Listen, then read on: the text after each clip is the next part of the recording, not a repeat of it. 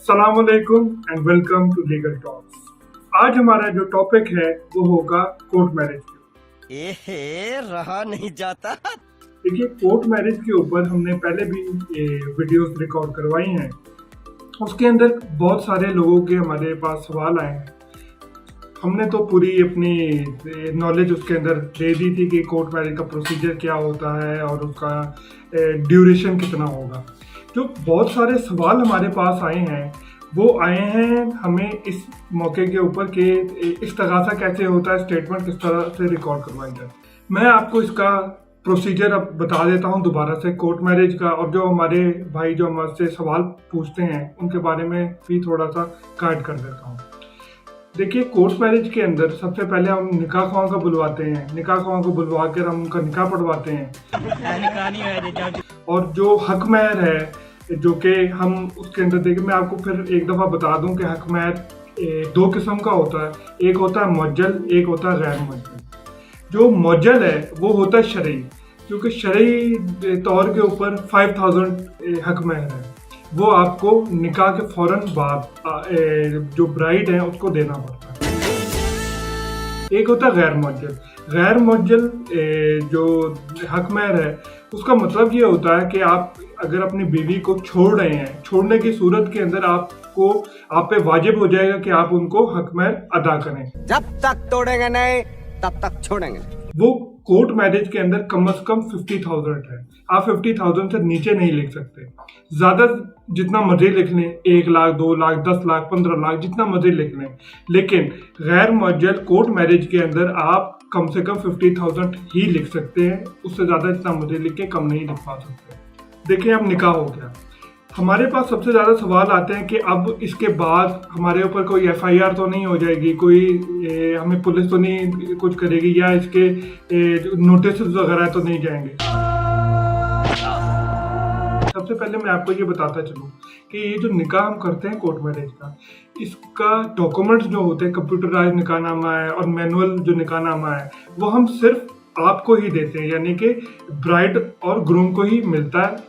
पीछे कहीं भी नहीं जाता। ये कोई नोटिस नहीं होते और उनके जो पेरेंट्स वगैरह को इसका कोई नोटिस नहीं जाता, कोई डॉक्यूमेंट नहीं जाते। इसकी तसल्ली रखा करें। दूसरी बात ये है कि हमने स्टेटमेंट करवानी होती है। स्टेटमेंट क्या होती है?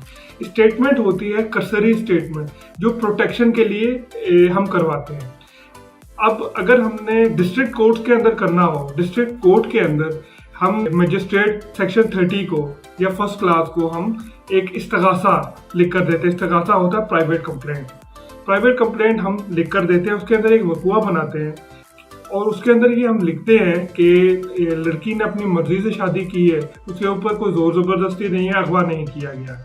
तो फिर हम ये इस्तदा करते हैं मजिस्ट्रेट साहब से कि हमें प्रोटेक्शन दी जाए, हमें ऑर्डर दिया जाए कि हमें किसी किस्म का हमारी फैमिली की तरफ से या किसी थर्ड पर्सन की तरफ से हमारे ऊपर कोई ब्लैकमेलिंग नहीं होगी, ना हमारे ऊपर कोई दबाव दिया जाएगा इस तरह का, ना मारपीट की जाएगी।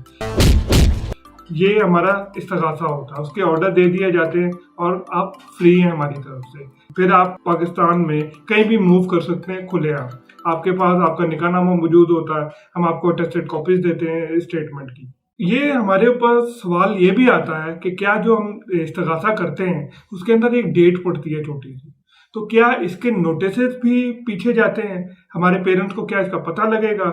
और ये जो निकाहनामा होता है क्या इसका भी पीछे पता लग सकता है? देखिए, जब हम स्टेटमेंट करवाते हैं तो सिर्फ उसका ऑर्डर जो है वो लड़की को दे दिया जाता है, यानी ब्राइड और ग्रूम को उसकी अटेस्टेड कॉपीज दे दी जाती हैं और उनको क्या कहा जाता है, ये आप ले लें और फिर आप जो है ना कहीं भी फ्रीली मूव कर सकते हैं। इसका नोटिस कहीं नहीं जाता, पीछे किसी को भी पता नहीं लगता जब तक आप खुद डिस्क्लोज ना करना चाहें। दूसरी बात ये है कि ये जो निकाहनामा है ये यूसी के अंदर यानी यूनियन काउंसिल के अंदर, जहाँ पे मैं आपको ये बताता चलूँ, जो यूनियन काउंसिल है उधर रजिस्टर्ड होगा सिर्फ उसी यूनियन काउंसिल के अंदर जहाँ पर आपका निकाह होता है। यानी कि कोर्ट अपॉइंटेड जो निकाह ख्वाह हैं वो वहीं पर ही आपका निकाहनामा रजिस्टर्ड करते हैं जहाँ पर आपका निकाह हो रहा है। उसके नोटिस नहीं जाते, किसी को पता नहीं लगता।